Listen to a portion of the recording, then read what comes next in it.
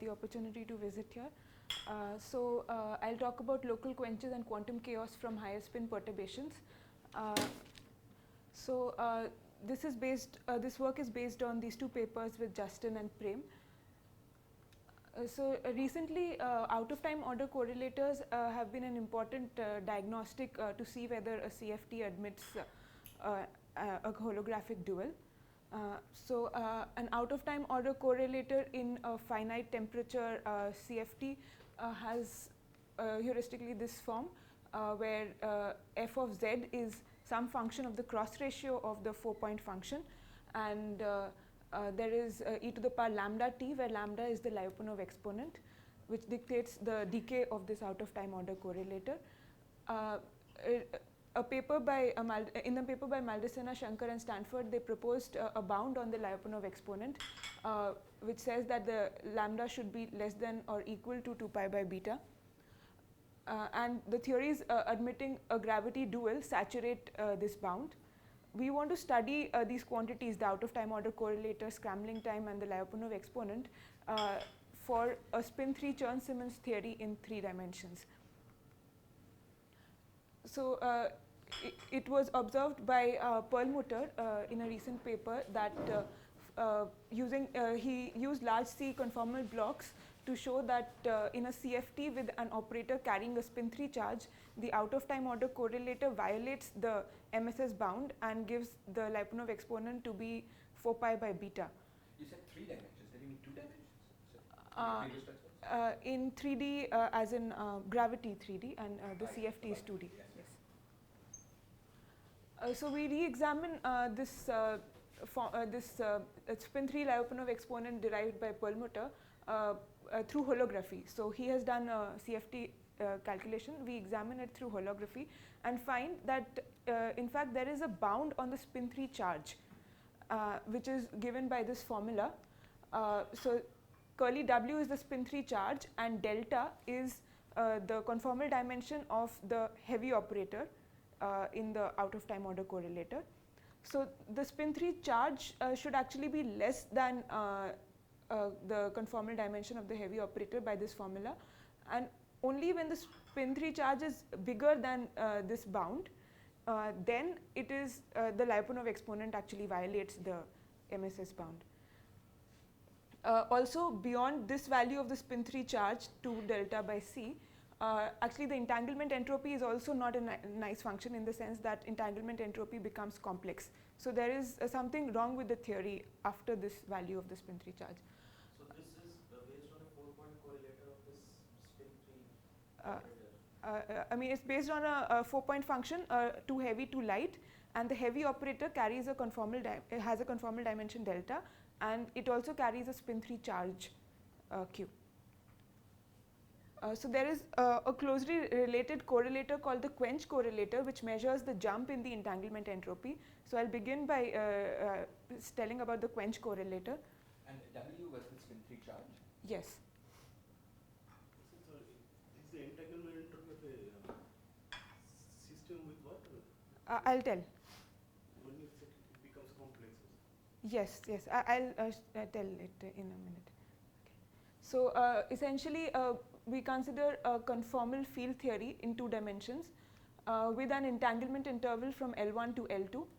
This field theory is perturbed by some operator insertions at origin at 0 time, and this perturbation travels along the light cone under time evolution, and at time t equals to L1 it encounters the entanglement interval.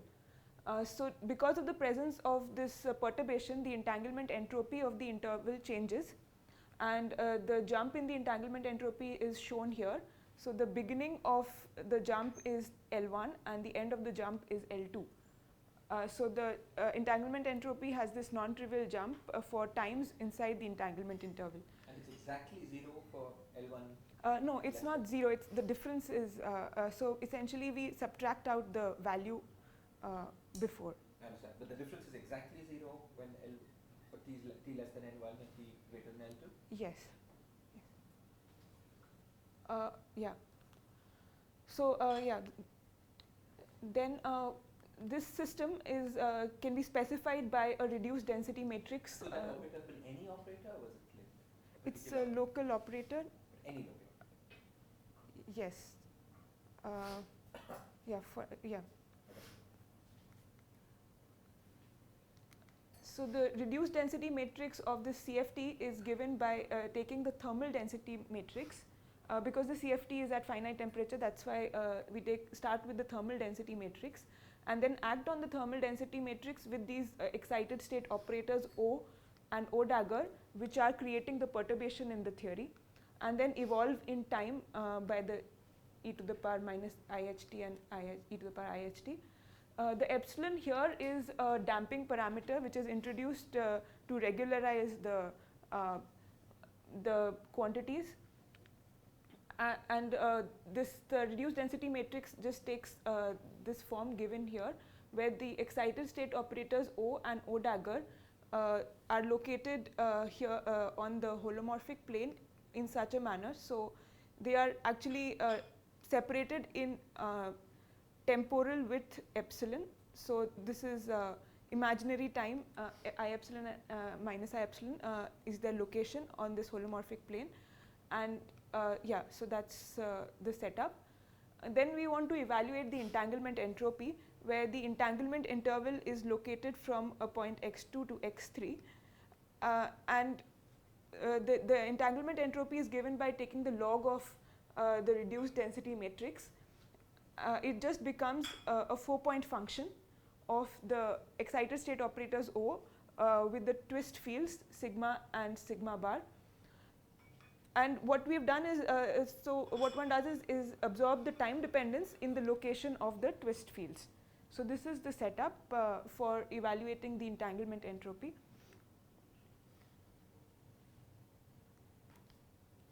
From CFT analysis in papers by Kaputa, Tadashi, and for vacuum by Hartmann, they have evaluated the entanglement entropy in such a quenched system, and so the entanglement entropy has a time-dependent jump, which is given by this formula.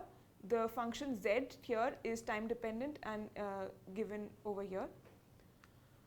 So this is so earlier I had drawn a jump like this in the entanglement entropy. That was 0. No, that was finite temperature. So this is the same thing. So the value here, the non-zero value is given by this function, delta SEE, for times within L1 and L2. I see, and it's just exactly 0. So it's delta SEE is 0 outside. Yes. Because essentially we are subtracting out the value before. This jump comes because of the small perturbation you put in? Yes, this jump comes because of the excited state which was inserted at origin at 0 time. Yeah. Now it's clear from causality that the difference should be exactly 0 for t less than L1. Why was it exactly 0 for t greater than L2? Is this because of holomorphicity in the conformity? Things can't stay, things just go like that. Yes. So if we were doing something like this in one higher dimension, for instance, Okay. you would expect not to get this exactly 0 at later times, or would? I'm not sure, but I'm not sure about what will happen in high dimensions.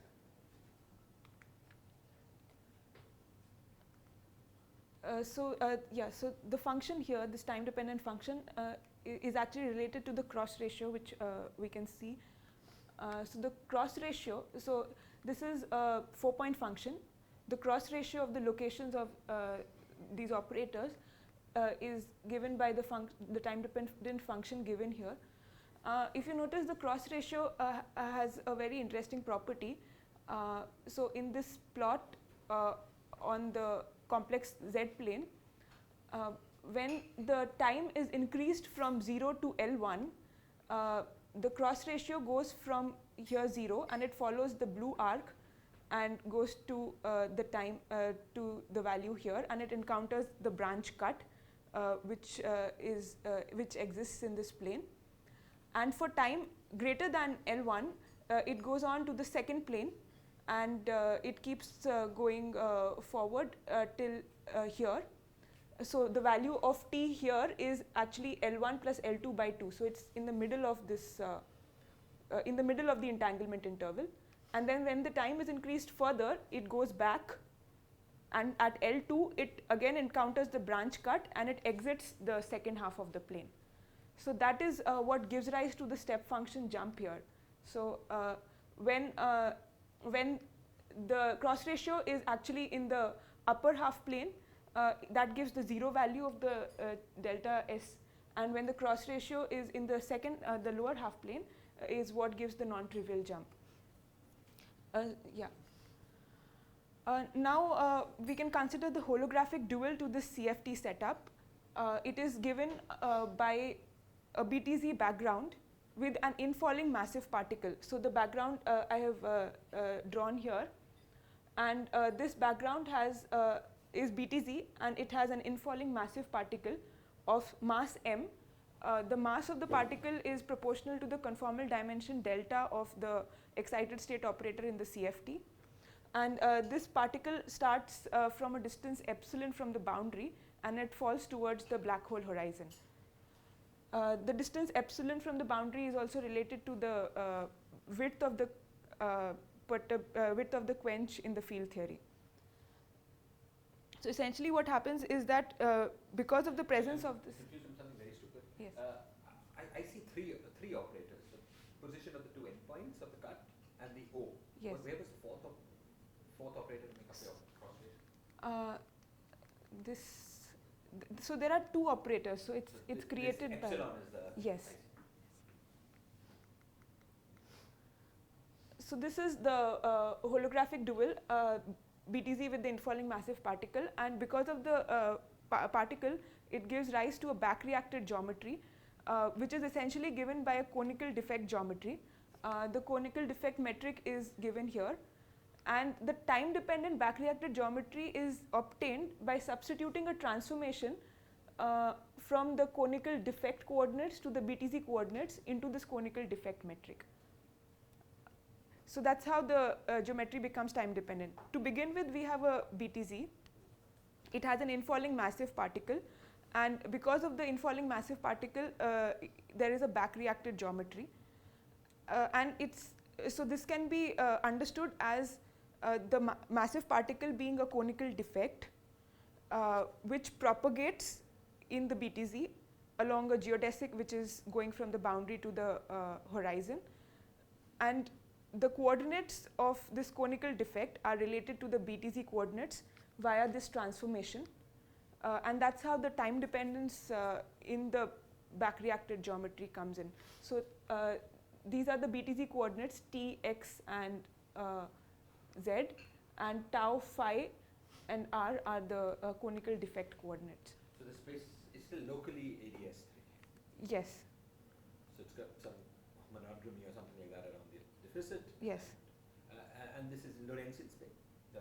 Yes. Yes. And the origin of the conical defect always lies on the trajectory of the infalling particle. Yes. Is this geometry is not the same as the Shockwave geometry that these people consider Stanford? It is, so the results which we get using this geometry are exact, and using the methods of that paper that you mentioned, the same results can be got, but they are not like exact, but yeah, they give the same results. What is the difference here that you get a different geometry compared to what they have when they have an operator insertion on the boundary? It's not a different geometry. Theirs is an approximate geometry. This gives more exact results. In what sense is it approximate? So they consider, I can talk about it later when I come to the critical extension, because right now it's only one-sided geometry. Okay. It's two-sided, yes. Yeah, so this is the back-reacted geometry. So as I said, the origin of the conical defect coordinates lies on the geodesic of the infalling particle in the BTZ, and this is how the whole geometry becomes time dependent.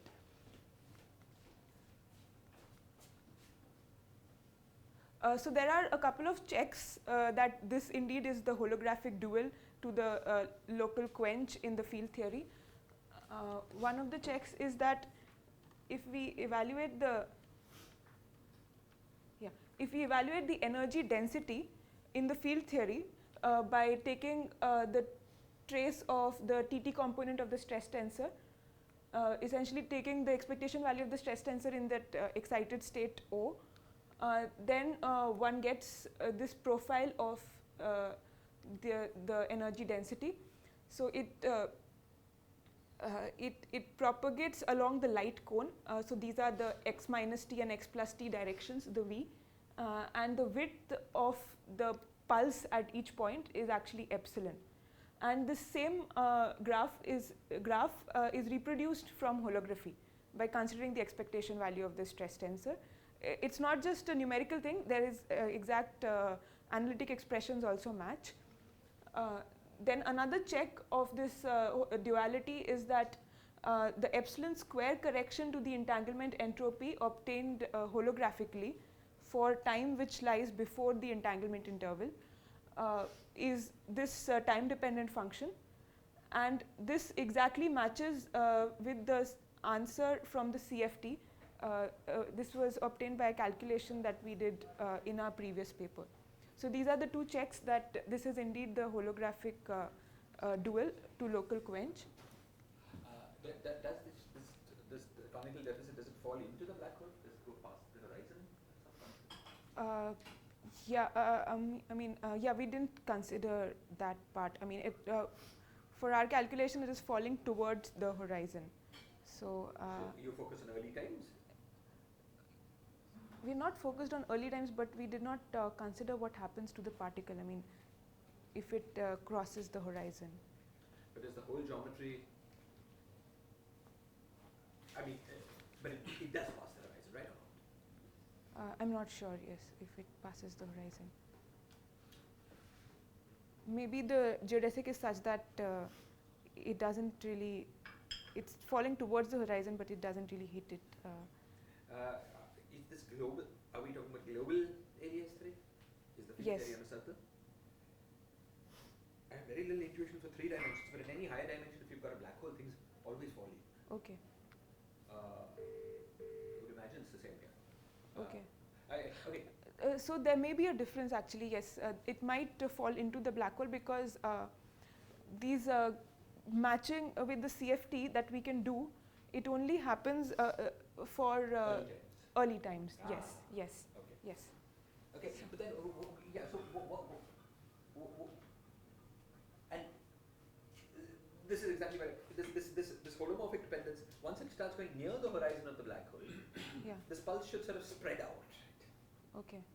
Right, because the shadow, as you go nearer and nearer the horizon, the shadow of that to the field theory becomes larger and larger. Right. And as you touch the horizon, that's infinitely large. Yes. So it should be like the epsilon is getting big. Epsilon is getting big. The width of the pulse. So the width is actually in imaginary time, whereas these particles are propagating in real time. And But what you're talking about is separation in real time, maybe. But doesn't the imaginary time width mean that there is a real time size to the operator? So the imaginary time width means that if we evaluate the TT component of the stress tensor, that is energy density, in this excited state, it has a width epsilon. Yes. It's in space, right? Yes. Okay. So I would expect that as the particle falls towards the horizon, that width in space increases and becomes infinite when it touches the horizon. Okay, but I'm not sure. I don't. Well, maybe that is true, but. Certainly, if you solve a wave equation, but even gravity at least, yeah, that's roughly what. This is like the UVIR kind of map of waves. Maybe it's not right. I'm not sure if the width really increases because as far as I can think it remains the same small width epsilon, and because it's a separation in time, it's not a separation in space of the two operators O and O dagger, and that too in imaginary time, not in real time. I see. Suppose I had a wave packet of size epsilon. Okay. And it maintains its size as you go towards the radius, as you fall in, like a Lebesgue type of geometry. Then you look at the shadow of this out at infinity. I think the shadow of that got this, and then it sources some Green's function for gravity. Maybe ADS3 is so different because there's no. But in any high dimension at least, Right. it will become bigger and bigger. You'll see, and then eventually, as it reaches the black hole, that wave packet is sort of spread out, and that's like thermalization. I just want to understand if you're seeing anything like that. No, because so what we are saying is that there is some insertion. You can see this, and then it propagates in time. Yes. So what you're saying is that it keeps going farther and farther apart. Is this what you mean? No. No. Let's say that I'm looking at how it moves into the radial direction in the Okay. bulk picture. Okay. Okay. So in the bulk picture, let's say it falls into the radius somehow. As it falls into the radius, it's going nearer and nearer to the horizon.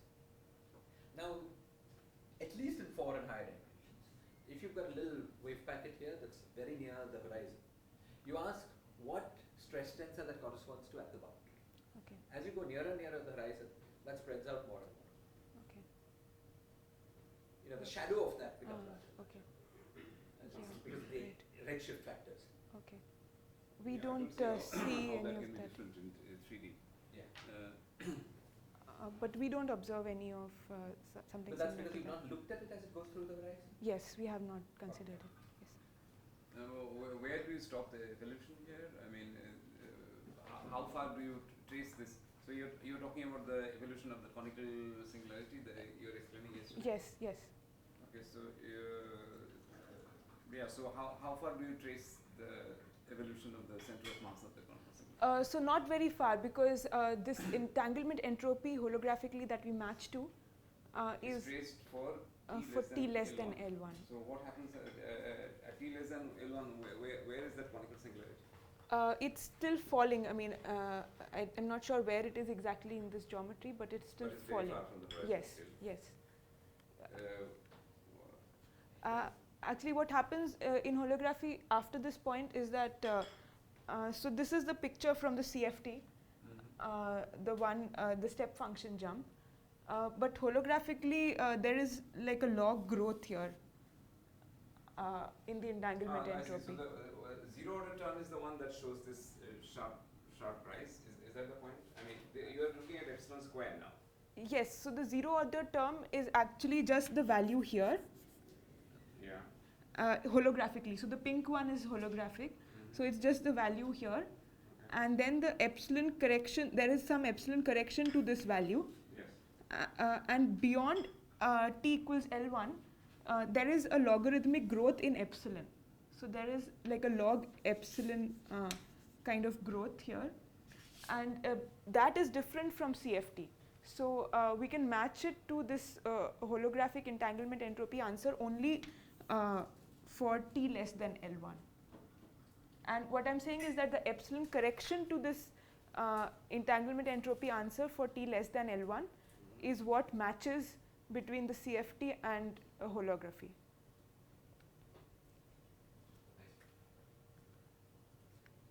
I see.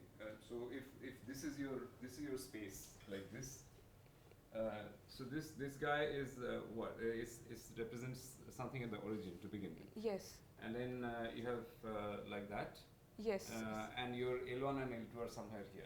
Yes. Yes. Okay. Exactly. So Yes. by the time your quasi-particle reaches here, your conical singularity is somewhere here. Yes, probably yes. Yeah, I haven't thought about it in that sense, but The conical singularity is just going straight radially, right? It's not going left or right. yes.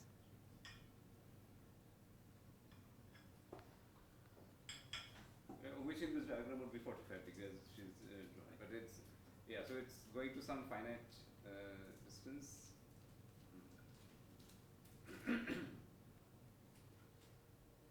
Yeah, so now we are interested to evaluate entanglement entropy in this bulk geometry, and the entanglement entropy is given by geodesic length, but here I will formulate everything in terms of the Wilson line because I'm interested to generalize this setup to SL3 for the later part of my talk.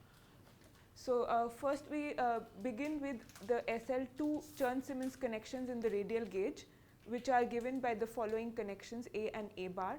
These are the connections of the conical defect geometry, where alpha is related to the conformal dimension delta of the boundary operator, and delta is also related to the mass of the infalling particle, so the mass of the conical defect.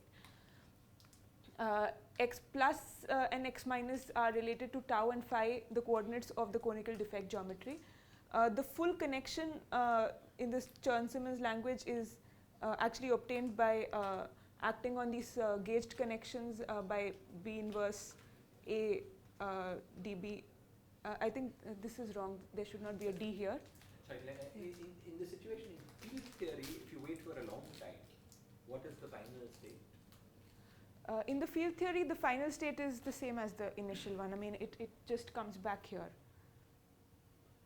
Suppose I was not looking at the entanglement entropy, let's say the expectation values of all operators. Okay. Does it become uniform in the end? Is it thermalization?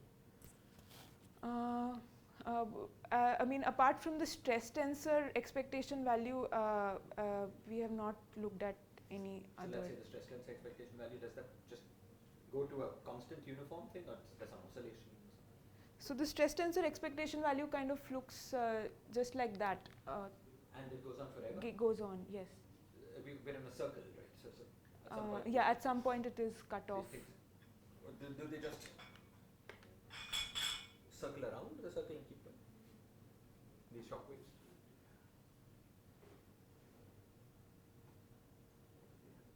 Right, maybe they do. I mean, this is for when we've not, only the truncated picture sort of the energy density. But if the circle was large, this would just go on forever? Yes, yes. Gautam, is this sort of roughly what you I see? think, are you taking this x to be really a circle, or your x is a real line? X is a real line, and the time is has a beta. Oh, So I don't think she has a reflection. Yes. And what was your expectation that there was a circle? So when we have a circle, well, we actually put more like a hard wall rather than a circle. Then it kept bouncing back forever. So, but we are not quite happy with the result because we don't understand. Right. Yeah. So It that would be was interesting to puzzle to me. gravity.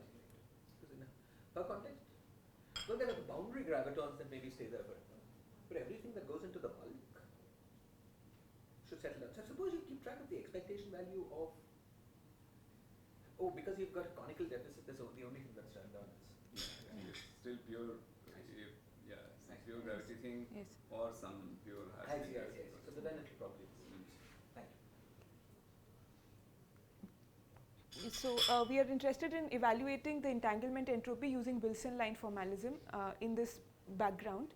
And there is this holomorphic prescription to obtain the Wilson line, which was suggested by Debord-Jotar in this paper. So what one does is we take this e to the power a plus is the coefficient of dx plus in this gauged connection, and we take exponential of that a plus and integral over the path from the, so the Wilson line is evaluated between 2 points p and q, and so there is an integral over dx plus going from q to p. Here in this case, since the connections are coordinate independent, they are just constants, so this just becomes a difference between the x plus coordinate at the two endpoints of the Wilson line. This Wilson line in field theory or gravity? Gravity. So holomorphic prescription. To compute the, so since it's already in the bulk. Yes. So now I'm talking about trying to get the entanglement entropy from the bulk. I mean, we already know the CFT answers. I'm just trying to evaluate it in the bulk because I want to use this formalism later on for SL3. I see. And what is the connection between Wilson lines and entanglement entropy? So the holographic entanglement entropy is just c by 6 log of the Wilson line. And that's because the Wilson line calculates the same minimal area surface as Yes, as a geodesic. as a geodesic. for SL2 gravity. Yes. But for the For other the one, this is taken to be the energy formula. Yeah. Because the geometry is not the gauge engineering concept. Right. By doing this analysis, since these connections are the conical defect I connections, didn't understand what you meant by holomorphic prescription to obtain them. What is prescription? Wilson line something defined in the bulk? You can yes, so the Wilson line is generally defined to be something like trace over the connection A exponential of that, trace over exponential of the full connection A. So A will have all the components, A plus dx plus plus A minus dx minus, and the d rho component. A plus. So this is kind of hard to evaluate. so you change the definition. Yes, yes. So they in this paper by Debord-Jotar, they gave this prescription where only the plus component in that form will give the correct Wilson line. It's not a choice of gauge or what? So for example, they are not computing this Wilson line. I mean, I don't know this story very well. so this is so here for example there is no problem because there is only the A plus component in the connection, only the plus component. There is no minus component in A. Yeah. So here there is no problem. But suppose if we were doing this for a theory with chemical potential, then there would be like spin 3 chemical potential, for example. Then the small a will have A plus dx plus, and then there will be like a mu dependent A minus dx minus term. And according to this prescription, we can obtain the Wilson line by only considering this part. Well, that's a matter of showing then, no? Yes, so they have shown it, and in between the holonomic conditions is what. I mean, eventually, it will all depend only on the endpoints, right? Because Yeah. this is pure gauge. Yes, yes, So all the A guys are essentially pure gauge objects. yes. So depending only on the Endpoints, yes. So Yes, they have. I know there are these two sort of warring groups. Yes, yes. So this and there's Debord-Jotar and then Castro, Iqbal. That is worry about which representation the Wilson has to be carried. How to understand the representation in which the Wilson law has to be carried. They have two different prescriptions for that. Oh. Representation. I mean, there are two different. I don't understand the Castro prescription. No, this is independent of that. I mean, it can be in any representation. The trace is taken over the same representation. Entanglement will matches with a particular. I mean, if the Wilson loop is calculated in particular representation, right? You have to find the representation in which the entanglement Yes, is to be calculated. yes. I think they are two different prescriptions for finding the representation in which the Wilson loop. I don't think so, but I'm not very familiar with the Castro-Iqbal prescription. I'm just more familiar with the holomorphic one. But I think Wilson line can be in any representation. It just means that the trace over these, so the matrices A are given by L1, L minus 1, so they have to be in the same representation. And trace is taken over that representation. So I don't think the two prescriptions have differing representations. Different representation, the value of Wilson line will be different. Yes, yes, that is true. Not all representation will give entanglement. Yes, so entanglement entropy actually comes, so here in the case of SL2 it is okay, but in the other cases it's the adjoint representation which gives the entanglement entropy. This is Debord-Jotar's prescription. Yes, I yes. think that's what I'm saying. In Castro-Iqbal, they have a different formulation of Okay. understanding. Okay, maybe that's the case. So the end result is that you're computing the usual Wilson line, but you're using a trick to compute it, or you're changing the definition? I haven't got. We're computing the same Wilson line and we're using the holomorphic prescription to compute it. This is what I'm not understanding. You've got a definition of the Wilson line, which is the usual one, and then you're using some trick to compute it? or you're changing?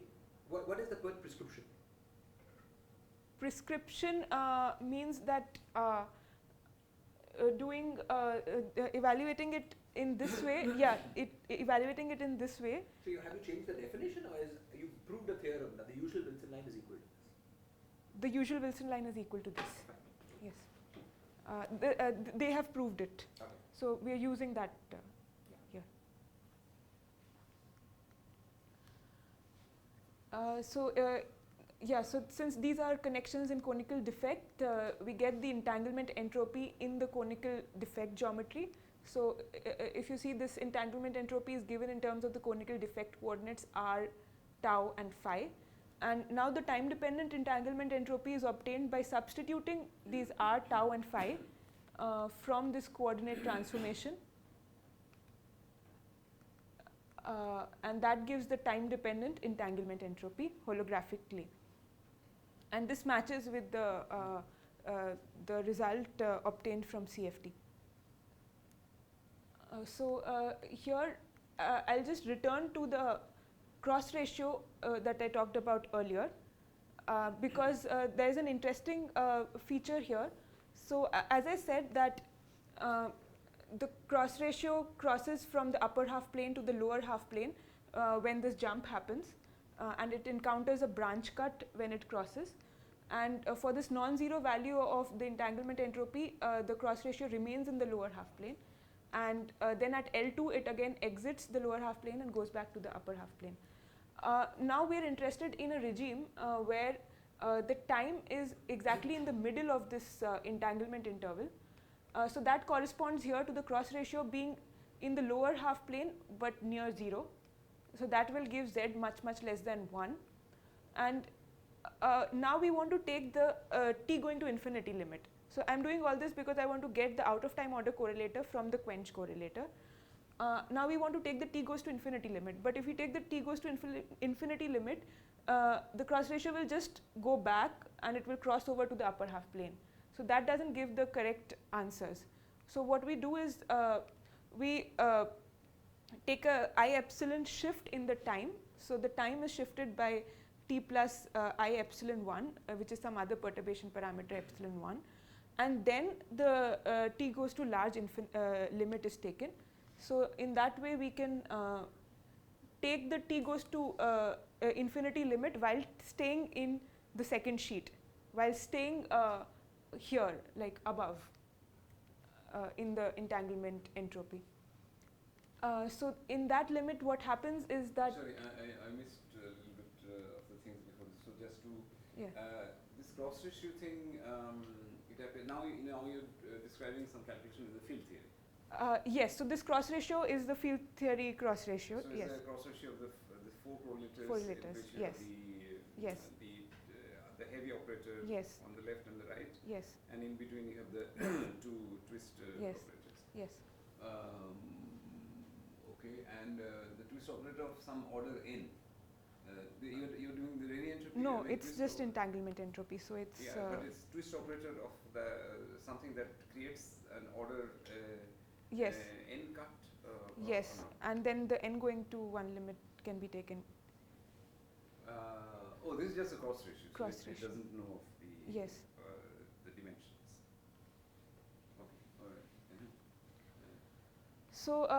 So earlier I had said that it's because the cross ratio crosses this branch cut that this jump is obtained, and at this value of the jump, this non-trivial value of the jump, the cross ratio remains in the lower half plane. So it goes here and then it comes back, and at L2 it exits.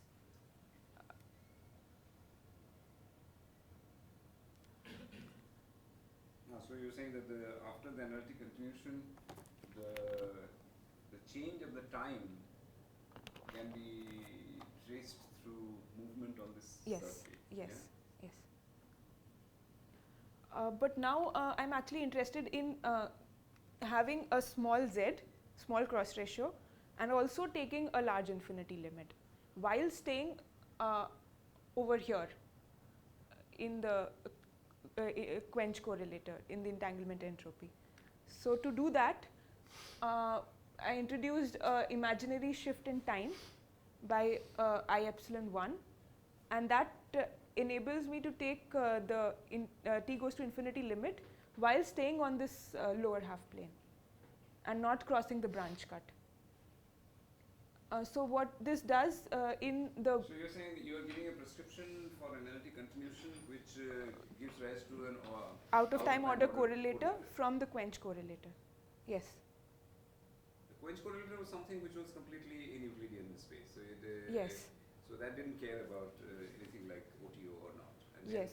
you're saying from because the quench correlator was a Euclidean four-point correlator. Yes. Now you're giving a particular analytic continuation to Yes. get the OTO. Yes. Okay. Yes. So once that analytic continuation is applied in this quench correlator, so quench correlator is just the Wilson No, wait, now line. you're back to the bulk, is it? Yes, so the quench correlator is just the Wilson line. Oh, I see. I see. So quench correlators were just the Wilson line, where the Wilson line is now drawn in a Euclidean bulk. Yes. Okay. And if I perform this in this expression for the Wilson line, if I perform this shift t goes to t plus I epsilon and then take the t goes to infinity limit, we obtain the out of time order correlator. So you do a computation of the Wilson line in a Euclidean bulk where there is no. No, the computation of the Wilson line is in Lorentzian bulk. We are just doing this analytic continuation of the time. So you're saying that the analytically continued quench correlator can be mapped to something in the bulk. Can be mapped to the out of time order correlator in the field theory. No, so out of the so this is already the bulk dual to the OTO correlator. So this is already the bulk dual to the quench correlator in the field theory. No, wait. Quench correlator was something which was completely Euclidean. I mean, sorry. Yeah, in the sense that it was Euclidean, right? Time was Euclidean in that calculation. Then you did some analytic continuation to get to the OTO correlator or not. I'm getting a little confused. No, the quench correlator is the entanglement entropy of this setup where. So here your time was meant to be real. Real, meaning Euclidean, right? Lorentz. Which could be what? It was Lorentz. No. Only I'm in the last slide. She's giving us some prescription about how to get the out of time ordered correlator. That I would normally get by starting from complex time, Which and is taking some. epsilon. That's it. No, what I don't understand is the bulk dual to this procedure of the No, analytic I'm just talking continuation. about the CFT. In the CFT, it's real. In the CFT it's real, yeah. In the CFT it's real. Now this time is made, this time is made complex, and then you do things to the times of the various operator insertions to make it out of time ordered. Yes, the time is made complex and we just take the time going to infinity limit after making the time complex. So when you talk about entanglement entropy as a correlator, it's because you've got twist operators inserted? Yes, Okay. as a 4-point function. So yes, it's like a heavy light correlator where the twist fields are the light operators and this operator insertion O dagger are the heavy operators. Out of time order is any time when you can't take the OP of two similar operators. So between L1 and L2, the heavy operators come between the line operators, between the twist operators, and then you can't take the OP of the twist operators separately because there is an operator sitting in between. Yeah, So you can define out of time order correlator even in real time. I sort of understand what's going on in the field theory, but So this is field theory. I mean, we can consider this to no, be. but then you are at a point where you were saying something about. I'm just saying that this through the Wilson line, like through the holographic computation, we can get the quench correlator which is on the field theory. And then in that field theory correlator, a quench correlator, we can perform this kind of analytic continuation of time and get the out of time order correlator. Is this a general statement about correlation functions or specific to your setup? It's a general statement about correlation If functions. you've got a 4-point function in, could you just make that general statement about correlation functions as clearly as you can? Okay. So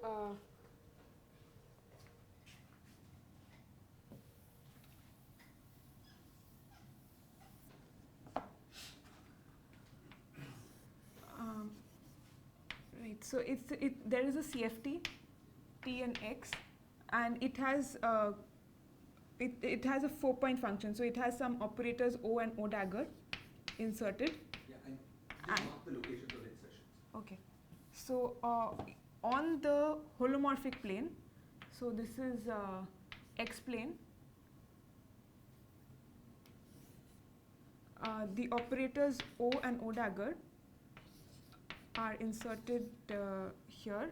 So O is at I epsilon and O dagger is at minus I epsilon.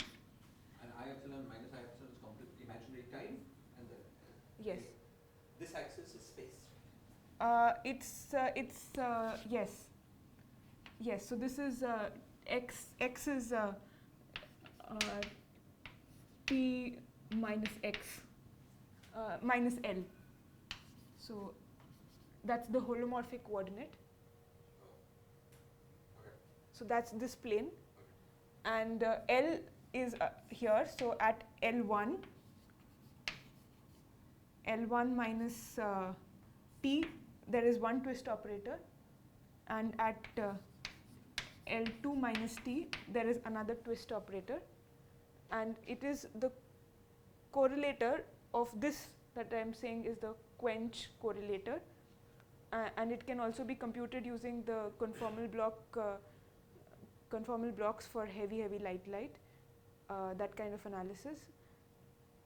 So then this gives this particular correlator.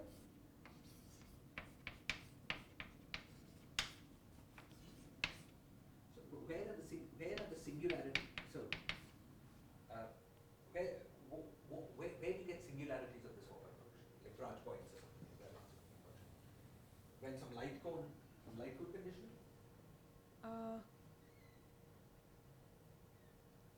So the branch points can be branch point is from the cross ratio. One can see that when the cross ratio is 1 to infinity, there is a branch point. But physically,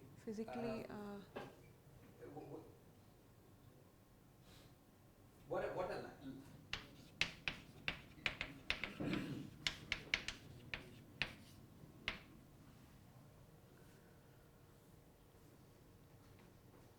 branch point here.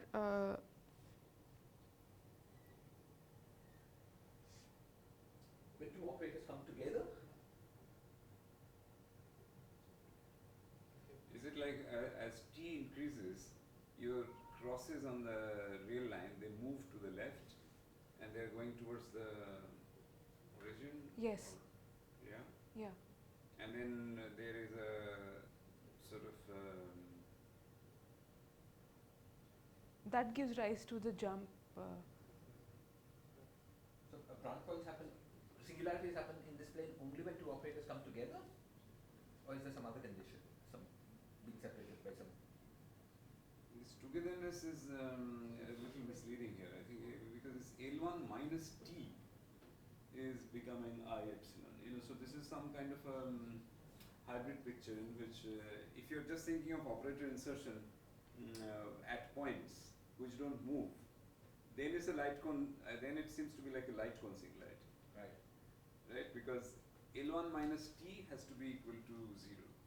Right, so even if points are light-like separated, they're at the same point in this diagram. Because L increases and T increases, so L minus T Yes. does not increase. Yes.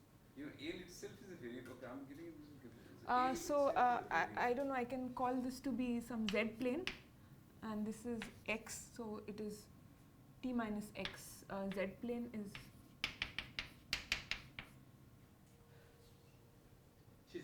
Everything, if I understand right, every correlation function is a product of holomorphic and anti-holomorphic. yes, yes, So you're just keeping track of the holomorphic. holomorphic part. Yes. So everything is just a function of Z.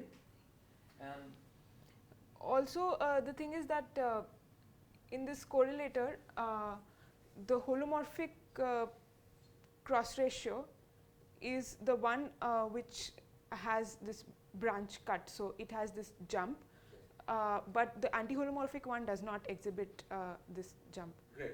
So now your cross ratios be breaching the values where there are branch points. Is that when two of the operators come together?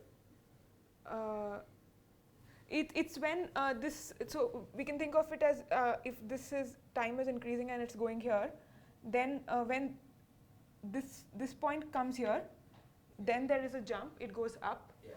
Then when this keeps going further, Yes. it stays on the top of the jump. Yeah. And there's a real jump only at epsilon equals 0, right? Epsilon smooths out the jump. Yes. Good. So the branch points are happening when two operators come together, I think. So it's what you're saying. Okay. So in this plane, you've got singularities when two In operators. this diagram. In this diagram. Yes. You yeah, okay, good. Okay. And now say again what you said about analytic. So analytic continuation, I If said. you showed in this diagram, that would be very useful instead of cross ratio. What has happened? Okay, but anyway, however. So analytic continuation, what I'm saying is that this t is, so I have also not thought about it in this diagram, but I can try to think about it. Just in whatever language you are. Yeah. So I'm saying that t is going to t plus some I epsilon tilde, some other epsilon. So it comes, so that's the analytic continuation, and then one can take the t goes to infinity limit, because if we just take the t goes to infinity limit, then this branch, this entanglement interval just passes through, and it comes back to the zero entanglement entropy value. Yes. But if I'm saying if we shift the time by an I epsilon, And epsilon tilde is larger than or smaller than or equal to? epsilon tilde is small, but it is still larger than epsilon. So you go above. Yes. Okay. And then if I take this t goes to infinity limit, then I can stay, so the entanglement entropy had a jump, so I can stay on the top of the jump and take the t goes to infinity limit. So that's what I'm trying to say. And that kind of analytic continuation gives the out of time order And correlator. the diagram you kept drawing in the top was this correlation function as a function of cross ratios, the diagram with the Yes, branch cut? yes, yeah. And did you say it had a square root type branch cut? It had only two sheets? It had, yes, it has a square root type branch cut. So you say that a very simple analytic structure for this diagram, just a square root branch cut. And now the out of time ordered correlator is what? It's going on one of the real correlator is one sheet and the out of time order correlator is another one? Is So the the other one? out of time order correlator is kind of staying on the lower half plane in this diagram, and in the lower half plane, staying in the lower half plane, taking the infinity limit, time goes to infinity. Why do we have to take anything to infinity? Uh, We can be out of time ordered without having been infinite time, right? You're taking to infinity. yes, to get this growth. because the out of time order correlator as it is defined, it exists in this regime where the cross ratio is small and the time is going to infinity. So that's called the Regge limit. I don't understand the name or the proper context of it, but it's this two, in these two, like z it has to be small and time has to be large. Why? For the Out of time order just means you're inserting things not in time order. yes. Large, small doesn't matter, right? I mean, in a normal quantum field Yeah. theory, if you you've got operator insertion such that the order of the insertions do not mimic the order of the times of insertions, that's up to time order, by understanding. Yes. And it's a usual statement that all time orders are analytic continuations of a Euclidean correlator. you've shown us the analytic structure is very simple. There are only two sheets. So it sounds like you're saying that one of the sheets is the usual correlator and the other sheet is the arbitrary. Yes. Sounds like. Why do you get the double sheet structure? Why are there only two sheets? What tells me that? What is this sheet structure? You're thinking of T as a function of Z? Z as a so in drawing these circles, arcs, I'm thinking of Z evolving in time. So on the top of this, Z is evolving, yeah. So Z is a function of.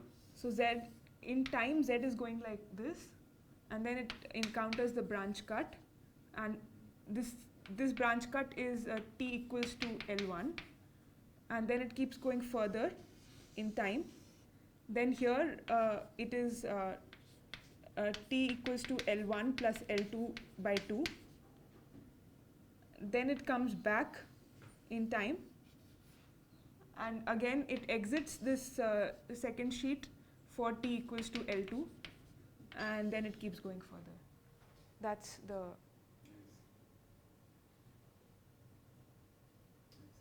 Okay, maybe I can ask you in details. I'm sorry, I know I want the culprits, but 11:30 the room is going, so Okay. so we better. So is this really something? Yeah, sure. Okay, so what we are interested in is, so till now I talked about just this one-sided geometry. The CFT has a local quench, and I described the bulk dual to it. Now we are interested in a thermophile double kind of a geometry. So holographically speaking, there is the cruscal extension of the BTZ black hole that is shown here. This cruscal extension will have two boundary CFTs, and one of the CFTs has a local quench. So that corresponds to, in the cruscal extension, that there is, in one region there is an infalling massive particle which falls towards the black hole horizon.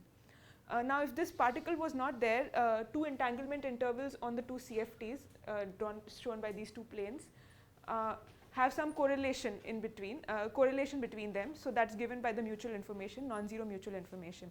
But due to the presence of this massive particle, the mutual information will die off for some time t, and that time t is the scrambling time, and we are interested to compute that scrambling time. So as I had shown earlier in this one-sided geometry in the bulk, that because of the infalling particle there was a back-reactor geometry which was given by the conical defect, where the conical defect coordinates were related to the BTZ via transformation. So in this two-sided geometry, there will be two different transformations in the two regions relating the conical defect coordinates tau phi and rho to the BTZ coordinates TL and this cutoff lambda. So this is not the same setup as Stanford-Schenker, or? No, they have. So this gives more. So as I think Pranjal asked me, maybe I can tell about it later. But Okay. that one gives does not give like the exact results. This is a more exact setup than that one. So essentially, we are interested in computing the mutual information. So for that, what we need is an entanglement entropy which connects the two entanglement intervals on the two boundaries. And for that, we can just take the entanglement entropy formula in the conical defect that we derived earlier. And for delta tau, one of the taus is on the left boundary and the other one is on the right boundary. So it's shown by the blue dashed geodesics here. So by doing this, we can get the two-sided entanglement entropy. And the time dependence comes in by substituting these two different transformations for taus in this entanglement entropy formula. So that's how we get the two-sided entanglement entropy. Then substituting it in the mutual information and setting the mutual information to 0 for some time t star, that is called the scrambling time, we can calculate the scrambling time t star. and this is given by this formula. So all this is work done by in this paper by Kaputa, Tadashi and all, and I will hopefully I'll have the time to say what we did further in this. So if we analyze the scrambling time, one can put this delta to be small. It is E times epsilon, and E is the energy of the infalling particle, which is finite. So delta is small, epsilon is small, but E is finite. And substituting that here, one gets the scrambling time to be of this form, beta by 2 pi log pi S density by 4E. S density is the thermal entropy density of the background, the BTZ background. And the Lyapunov exponent is read from the log C term in the scrambling time. So S density, if I substitute here, it's beta by 2 pi log C, that's the scrambling time. And the coefficient of the log C term gives the Lyapunov exponent. So here the Lyapunov exponent is just 2 pi by beta.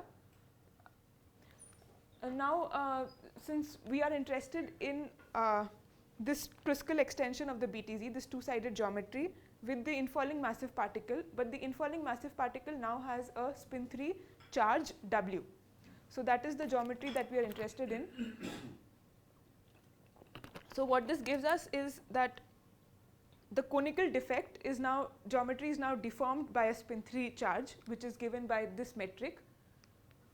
And one of the assumptions that we make is that the charged conical defect trajectory is the same as the uncharged conical defect trajectory. And this is true because the BTZ background itself is uncharged. So it's just BTZ with no higher spins. It's only the infalling massive particle, the infalling conical defect, that has a higher spin charge. You are able to put this conical defect on any trajectory you want? Conical, so the trajectory is the radially infalling trajectory of the particle, and the conical defect has its origin on this trajectory. But suppose I wanted to create a geometry in which the conical defect did something funny, and could you create any such geometry? I mean, if you had real matter, it would be its equation of motion would determine its geometry. Okay, I'm not sure. Maybe I can return to that question. I just want to finish saying some things. So earlier I had given that SL2 in terms of Chern-Simons to kind of come to this part. So here the other connections for in the radial gauge for this conical defect geometry perturbed by the spin 3 charge W, and using the holomorphic prescription to obtain the Wilson line. This is the Wilson line obtained holographically in terms of the cross ratios Z. This is still flat, right? This is, The connections are still flat. yes, connections are still flat. So they obey vacuum-Einstein's equation. Yes. Yeah. Well, yeah, in the presence of some particle, there has to be some particle stress tensor, of course, but maybe that is taken care of by some localized where the particle is there, everything is there. so by some singular gauge choices. Yeah. Again, it cannot be quite vacuum Einstein equation Yeah, anymore. so it is vacuum Einstein where the particle is not there. It's vacuum Einstein, the equation is satisfied everywhere except one point. So I mean, your relation between the conical geometry and the original BTZ geometry is probably some kind of a singular gauge transformation, which creates that. And presumably the equations aren't really satisfied along the trajectory. That's why you have ambiguity with how to move it. It's a conical defect. The effect is not local in the bulk, right? So it's not really like a delta function. Here, in our solutions, at least, it seems that the effect has been taken directly to the gauge. Can you just go to the next slide? Yeah. Previous one. Yeah. So the alpha captures the effect of the presence of the particle. So the whole thing, the effect must be felt in the entire geometry. The effect is felt, but the equations are just vacuum Einstein's equations everywhere except the trajectory of that particle. Yeah, but that trajectory, because it corresponds to something like conical defect, it's not really like something that is local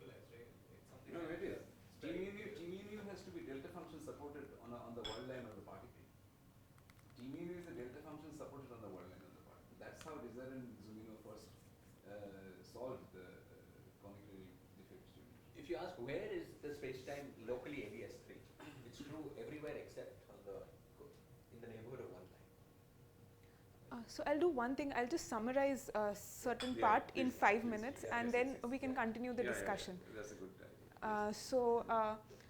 So in this critical extension, this geometry, we compute the Wilson line to get the entanglement entropy. So we can get the one-sided entanglement entropy as well as the mutual information. So just by studying the one-sided entanglement entropy, which is given by this formula. So there is a correction to the one-sided entanglement entropy by the charge Q, and it's a time-dependent correction. Then what we take is we take a certain limit of this one-sided entanglement entropy, that is the entanglement interval is pushed to infinity and T is large, followed by T going T much greater than L1. So in taking this limit, the entanglement entropy becomes this gets this constant form, and by demanding that this entanglement entropy be a well-behaved function, that is this does not become complex, so this stays real. By demanding that, we actually obtain a bound on the charge that it should be, the spin 3 charge should be less than the conformal dimension of the operator in the field theory. So this is how we derive the bound, and what we are trying to say is that if the spin 3 charge is greater than this 2 delta, then the entanglement entropy, the single-sided entanglement entropy itself is not a well-behaved function in this theory. Now we are going to use this bound to make some statements about the Lyapunov exponent. In this setup, in this Kruskal extension, one can evaluate the mutual information and from the mutual information get the scrambling time. And what we see here is that the log C term of the scrambling time. So this is the scrambling time that one can obtain in this geometry. So the scrambling time has a correction because of the spin 3 charge.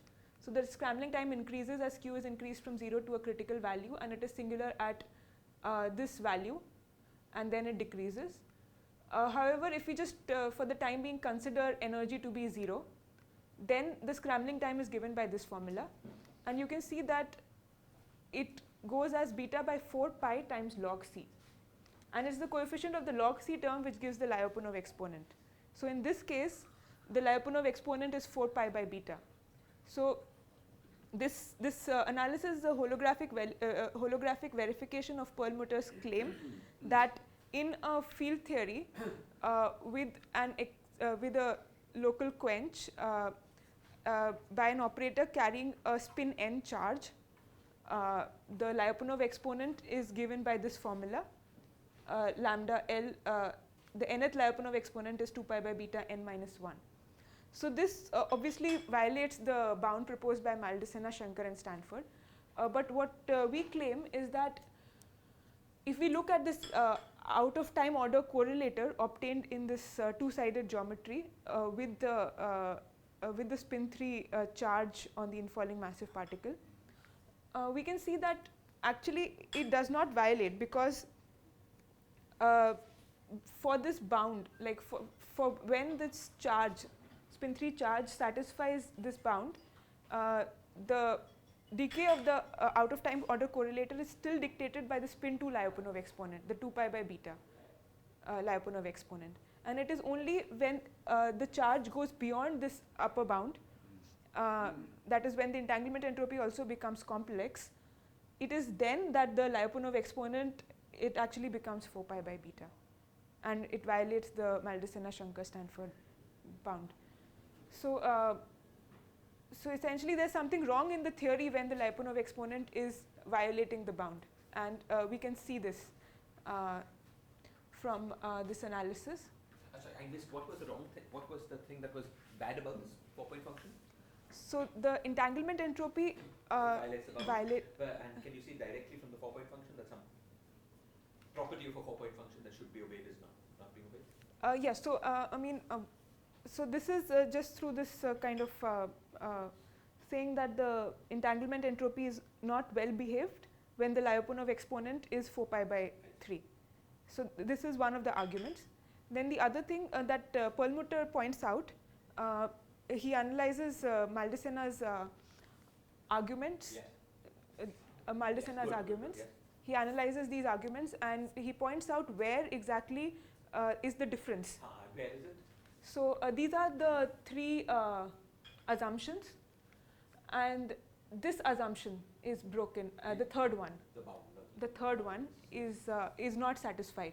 So essentially, in this argument, the functions that they consider f of t are of this form.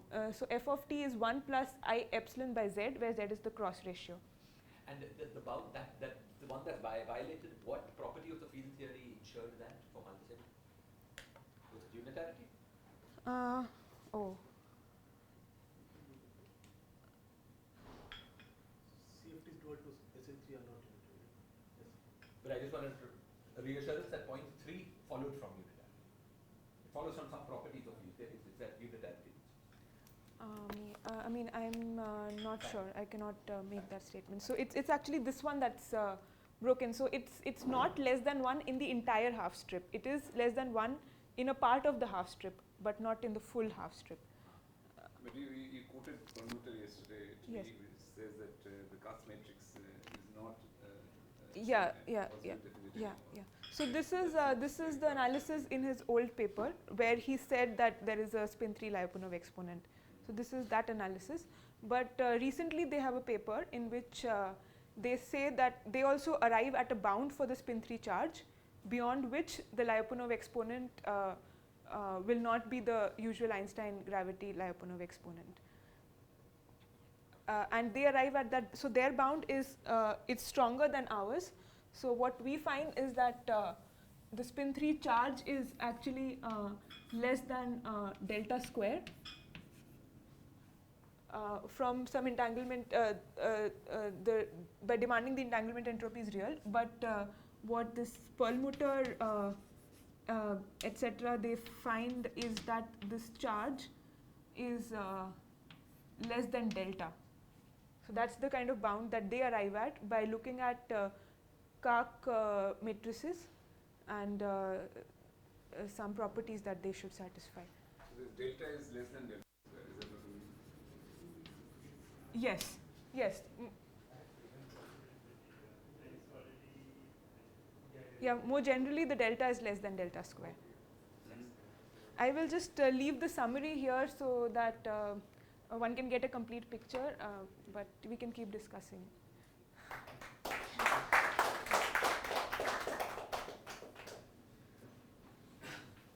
We'll have to leave the room in a minute or two. One question. Is there a simpler, what is the effect on the geometry when it violates the bounds that are proposed? I mean, a simpler way of saying that these bounds have to be obeyed. The entanglement entropy has to be real. No, but apart from the entanglement entropy, you seem to be doing a CFT computation for seeing these things. There should be something bad happening. Is there something bad happening to the geometry when these, just from the? Yeah, so the out of time order correlator, it is assumed that in the when Maldacena derived the bound, it was assumed that the out of time order correlator will decay when time is increased throughout this region of the field theory, throughout the half strip. But in this particular case, that function is modified such that it does not decay throughout the half strip. That is the difference. You asked in the bulk. Yeah, I asked in the bulk. Oh, you asked in the bulk, No, not in the it's fine. field We'll theory. vacate the room eventually. Okay.